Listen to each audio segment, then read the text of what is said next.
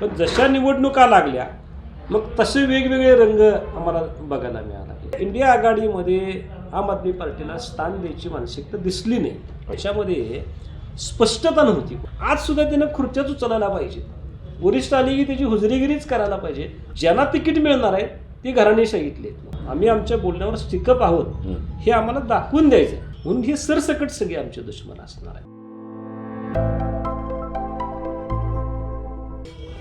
कोल्हापूर महानगरपालिकेच्या निवडणुकीच्या अनुषंगानं पत्रकार परिषदेचा आज सपाटा पाहायला मिळाला. सकाळी 11:30 वाजता महाविकास आघाडीतला एक प्रमुख पक्ष असणारा काँग्रेस यांनी सांगितले की 11:30 वाजेपर्यंत आम्ही महाविकास आघाडी म्हणून एकत्रित लढणार आहोत आणि आमची आपबरोबर सुद्धा चर्चा झालेली आहे.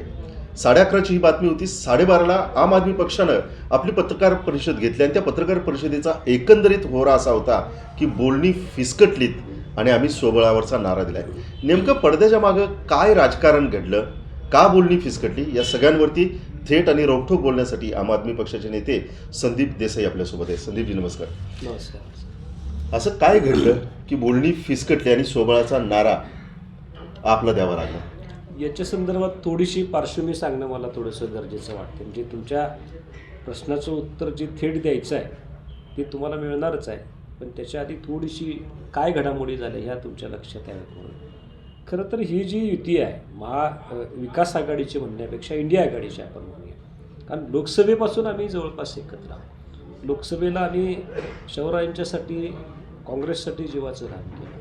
त्याच्यानंतर विधानसभेला खऱ्या अर्थानं आम्ही पक्षाकडे डिमांड केली होती की कोल्हापूरमधल्या दोन्ही सीटवर आपण लढूया.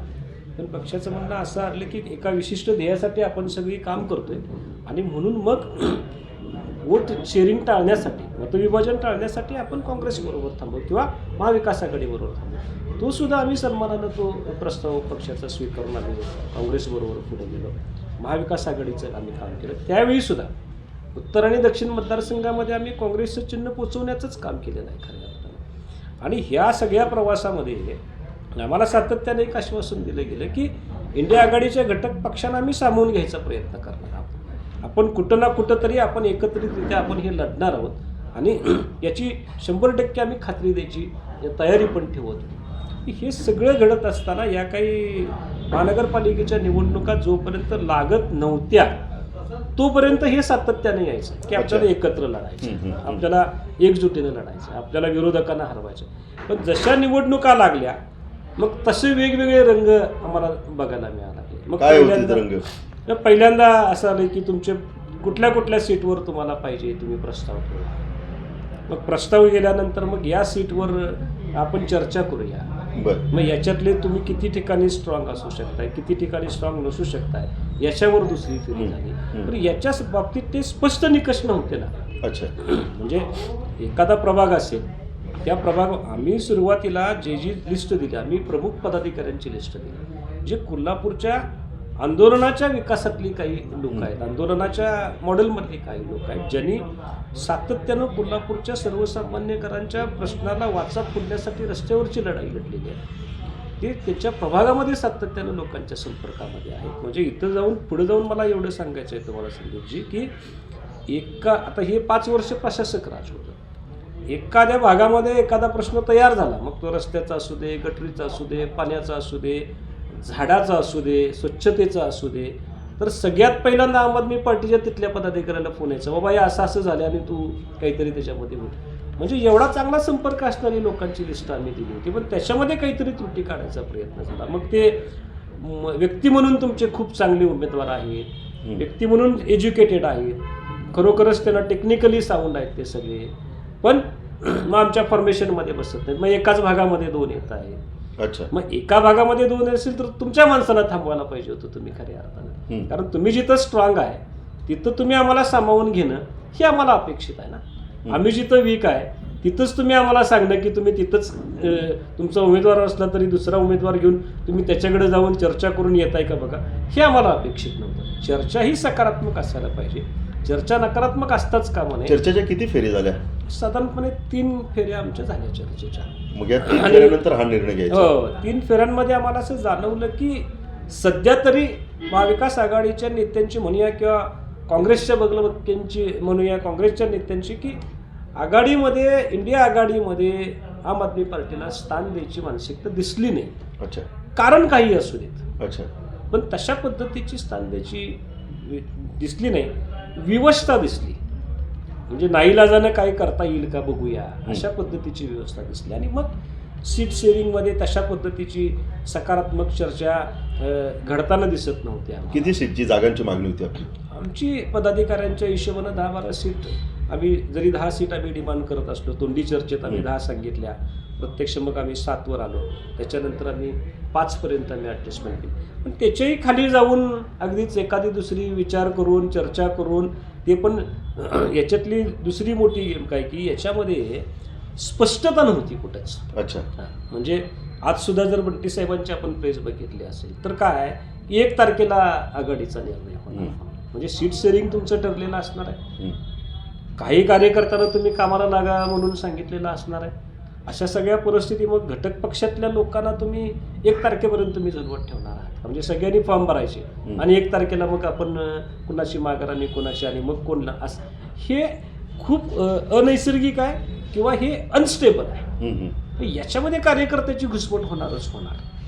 ही पत्रकार परिषद झाल्यानंतर जी काय आम्हाला सूत्रांकडून माहिती मिळते त्या अनुषंगानं तुमची पत्रकार परिषद झाल्यानंतर अनेक जणांचे फोन यायला लागलेत. मग महाविकास आघाडीमध्ये सुद्धा असतील आणि महायुतीकडून सुद्धा असतील.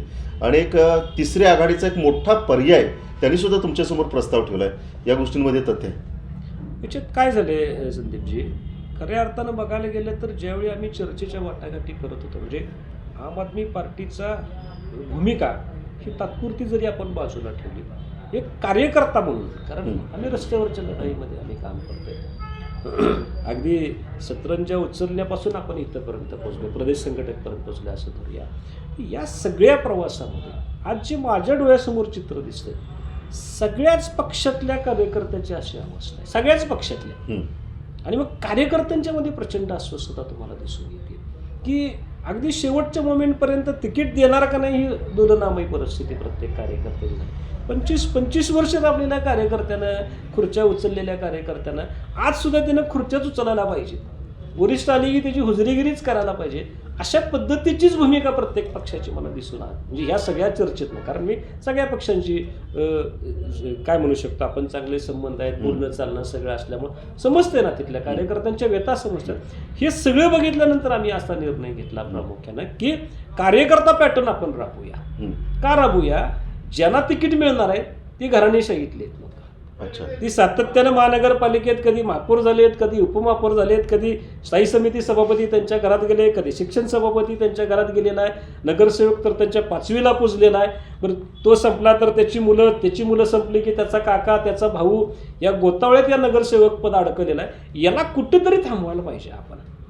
म्हणजे ही जी काही घराणेशाही चालू आहे ही जर मोडून काढायची असेल तर कुणीतरी अग्रभागी, कुणीतरी पुढं यायला लागेल. ही भूमिका आम्हाला मनापासून पडली, कारण हा कार्यकर्त्यांचा संच बांधत आम्ही पुढे चाललेला आहे. ह्याच्यातनं घुसमट समजते आम्हाला. माझा पण प्रश्न मगाशी तोच होता की या तुमच्या पत्रकार परिषदेनंतर काही इच्छुकांचे फोन तुम्हाला यायला सुरुवात झालेली आहे. तिसऱ्या आघाडीचा सुद्धा एक पर्याय तुमच्यासमोर ठेवला गेला आहे. या पत्रकार परिषदा खरं तर मी तुम्हाला अगदी प्रामाणिकपणे सांगू इच्छितो की कार्यकर्त्याचा आवाज म्हणून या पत्रकार परिषदेकडे बघितलं गेलं खरं. आणि म्हणून मग तुम्ही म्हणताय तसं काही पक्षांचे आम्हाला फोन आले, काही सामाजिक संघटनांचे फोन आले आणि हे खूप स्पीडनं चालू. अच्छा. कार्यकर्त्यांचे काही पक्षातल्या नाराज लोकांच्या मीटिंग होणार आहे किंवा आम आदमी पार्टीबरोबर जाऊया काय, निदान कार्यकर्त्याला तरी न्याय देत्या, अशा पद्धतीची त्यांच्यामध्ये चर्चा व्हायची शक्यता आहे. आणि एकंदर जर बघितलं आमची पण भूमिका अशी आहे की जो कोल्हापूरच्या विकासासाठी जन योगदान आत्तापर्यंत दिलेलं आहे, मग तो सामान्य कार्यकर्ता का असेल, तर त्याच्यासाठी आम्ही चर्चेची दारं खुली ठेवणार. आपण म्हणालात की एक नाही, बाकीच्या संघटनेमध्ये जे नाराज आहेत, जो कार्यकर्ता आहे त्याला कुठंतरी संधी मिळत नाही, ते सगळे तुमच्या संपर्कामध्ये आहेत. नाही, एका बाजूला गोष्ट. दुसऱ्या बाजूला आपली पत्रकार परिषद झाल्यानंतर महाविकास आघाडी किंवा आपण म्हणता त्या पद्धतीनं इंडिया आघाडीकडून काय तुम्हाला फोन आलेत का की संदीपजी पुन्हा बसू आपण चर्चेला, आपण याच्यातून काय मार्ग काढण्याचा प्रयत्न करू?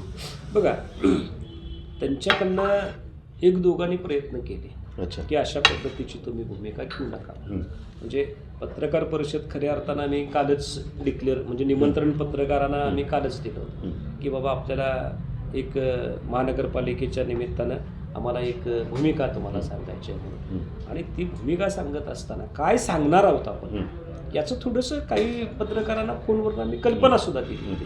तेव्हापासूनच खऱ्या अर्थानं ही सूत्र फिरली होती की बाबा यांना थोडंसं बोलूया, चर्चा करूया, थांबवायचा प्रयत्न करूया. पण तुम्हाला मी सांगितल्याप्रमाणे बंडखोरी कोल्हापूरमध्ये आहे.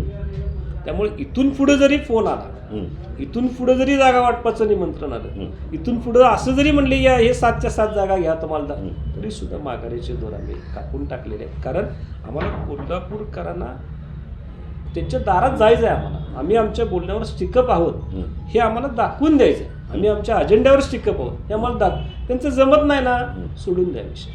मग पुन्हा पॅचअप करण्यामध्ये आम्हाला काही इंटरेस्ट नाही आणि तशा पद्धतीचा आम्ही प्रयत्नही करणार. मग आता राजकीय दृष्टिकोनातून आम आदमी पक्षाचा राजकीय शत्रू कोण राहणार? महाविकास आघाडी, महायुती? संदीपजी, तुम्हाला मी अगदी मनापासून सांगतो, या सगळ्यांमध्ये सगळ्यांचा जर राजकीय शत्रू कोण असेल तर तो माहीत आहे तुम्हाला. याच्यात मुरलेली टक्केवारी तुम्ही काँग्रेस बघा, BJP बघा, महाविकास बघा, महायुती बघा, आत्तापर्यंतची महानगरपालिका, मी फक्त मर्यादित महानगरपालिकेपुरतं बोले, महानगरपालिकेतली त्या पक्षाची नीतिमंडळी बघा, ही सगळी याच्यात बरोबरलेली आहे. म्हणून हे सरसकट सगळे आमचे दुश्मन असणार आहे, हे सरसकट आमचे विरोधक आहे. कोल्हापूरच्या विकासाच्या आड जर कोण येत असेल तर यांच्या डोक्यात बसलेली टक्केवारी आहे. तुमच्या आता एक नाही, हे सगळं आता भूमिका जाहीर आहे, परतीचे दोर कापलेले आहेत, पॅचवर्क होणं अशक्य आहे. राजकीय शत्रू तर तुम्ही ठरवूनच टाकलेलं, मग महाविकास आघाडी दिसू दे किंवा महायुती, पण तुमची स्वतःची स्वबळाची ताकद कुठपर्यंत आहे? मी एका गोष्टीवर खूप विश्वासानं काम करत असतो. म्हणजे दिल्लीतल्या निवडणुका असू दे, पंजाबमधल्या निवडणुका असू दे, गोव्यामधल्या निवडणुका असू दे, गुजरातमधल्या निवडणुका असू दे, सगळ्याच ठिकाणी आम आदमी पार्टीनं प्रयोग केले. तसा हा कोल्हापुरातला प्रयोग आहे. आणि याच्यामध्ये आत्तापर्यंत जर इतिहास आपण बघितला, ज्यावेळी लोकांच्या समोर अतिशय निर्मळ मनानं आपण काहीतरी मागणं करतो, अतिशय स्वच्छ मनानं आपण काहीतरी त्यांच्याकडे डिमांड करतोय, चांगल्या भावनेनं आपण त्यांना सांगतोय एखादी गोष्ट, कोल्हापुरातली लोक ऐकतात, कोल्हापुरातले लोक त्याच्यावर विचार करतात आणि कोल्हापुरातले लोक त्याच्यावर निर्णयसुद्धा घेतात. आजपर्यंत कोल्हापुरातली अशी कितीतरी तुम्हाला लोक दाखवेल की ज्यांना दडपशाही असूनसुद्धा, खिशामध्ये 1 रुपया नसूनसुद्धा त्यांना लोकांनी पैसे पण दिलेत आणि त्यांना लोकांनी निवडून पण दिले. आणि हा प्रयोग पुन्हा एकदा कोल्हापूर महानगरपालिकेसाठी आम्ही करायला सज्ज आहोत हे मला मात्र ठामपणे सांगायचं आहे. तर एकंदरीतच संदीपजींनी सांगितलं की आमच्या माघारीचे दोर आम्ही कापलेले आहेत. आमचे राजकीय शत्रू हे महाविकास आघाडीसुद्धा आणि महायुतीसुद्धा असेल, आणि त्याने आरोप केला की जे टक्केवारी घेऊन कोल्हापूर शहराच्या विकासासाठी प्रयत्न करण्याचा प्रयत्न करतात ते आमचे राजकीय शत्रू राहील.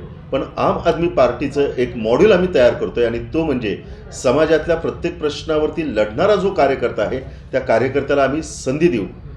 भविष्याच्या काळामध्ये हे मॉड्यूल लोकांना रुचणार का, कोल्हापूरकरांना रुचणार का पारंपरिक पद्धतीचं राजकारण पुन्हा एकदा कोल्हापूरमध्ये पाहायला मिळणार, या सगळ्या गोष्टींकडे आपण लक्ष ठेवून असणार आहोत. आणि वेळोवेळी आम आदमी पक्षाची देखील भूमिका याबाबत आपण जाणून घेणार. पण तुर्तास आपण इथंच थांबतोय. संदीपजी, सगळ्या गोष्टींवरती सविस्तरांनी सडेतोड रीतीने बोललात, त्याबद्दल लाईव्ह मराठीच्या वतीनं आपलं धन्यवाद.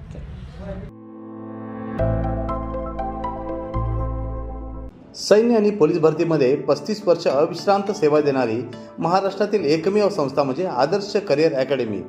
तब्बल 22,000हून अधिक यशस्वी विद्यार्थी इयत्ता 8वी ते 12वीसाठी विशेष तयारी वर्ग, स्वतंत्र अभ्यासिका, अनुभवी शिक्षक, मुलींसाठी स्वतंत्र राहण्याची सोय. प्रवेशासाठी संपर्क आदर्श करिअर अकॅडमी, बहादूरवाडी, तालुका वाळवा, जिल्हा सांगली. मोबाईल क्रमांक 91 58 66 89 89 आणि 99 60 88 88 33.